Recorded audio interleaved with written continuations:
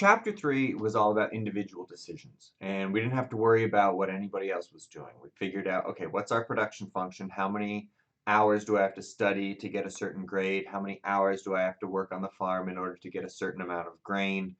And what are my preferences? How do I want to trade off consumption or grade with hours of free time? I didn't have to worry about what you were doing. You didn't have to worry about what I was doing. And that made it really simple.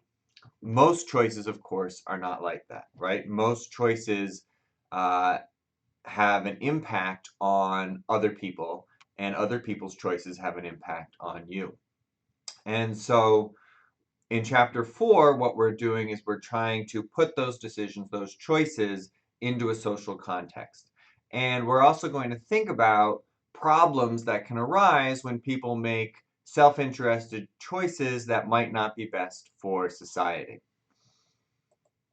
So the tool that we're going to use is game theory. And so in the next video, we'll have an introduction to game theory. Game theory basically says, all right, well, how do my payoffs depend on your decisions, and how do your payoffs depend on my decisions?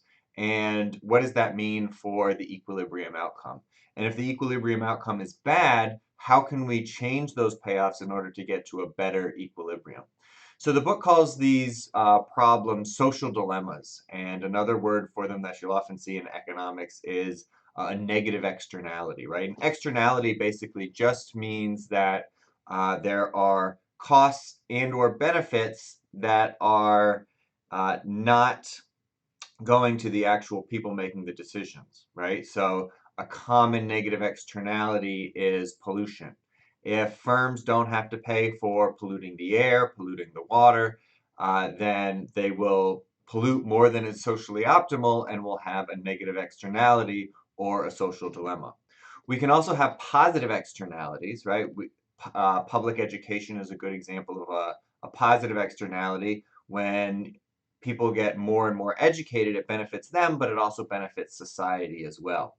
And so whenever there's any kind of externality, it means that the private benefits and costs are not equal to the total benefits and costs, and we have to do something in order to bring those two into line. Now, this graph obviously shows the amount of carbon emissions, and this is probably the biggest social dilemma that we currently face, because there is an individual incentive to pollute, right? To generate electricity from coal or natural gas, drive cars using gasoline.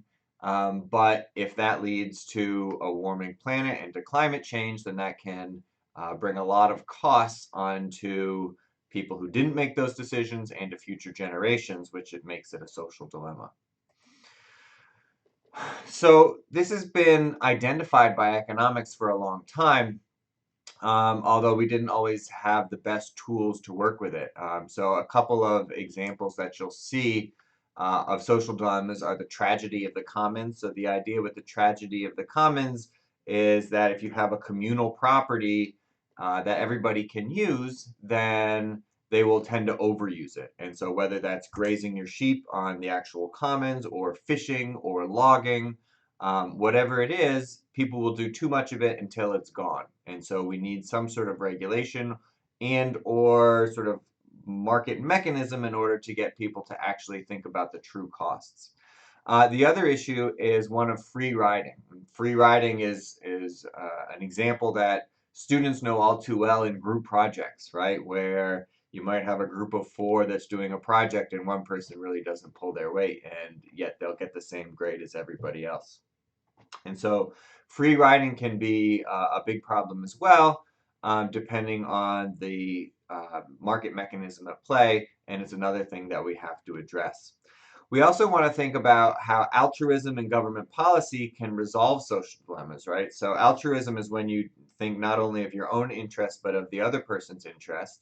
And we've seen there have been plenty of examples throughout history where the commons were not overly used, and that was because people were made to think about, how their actions impact other people. Um, That can often work, especially in a smaller community. Sometimes in a larger community, government policy is really what's needed in order to solve these dilemmas.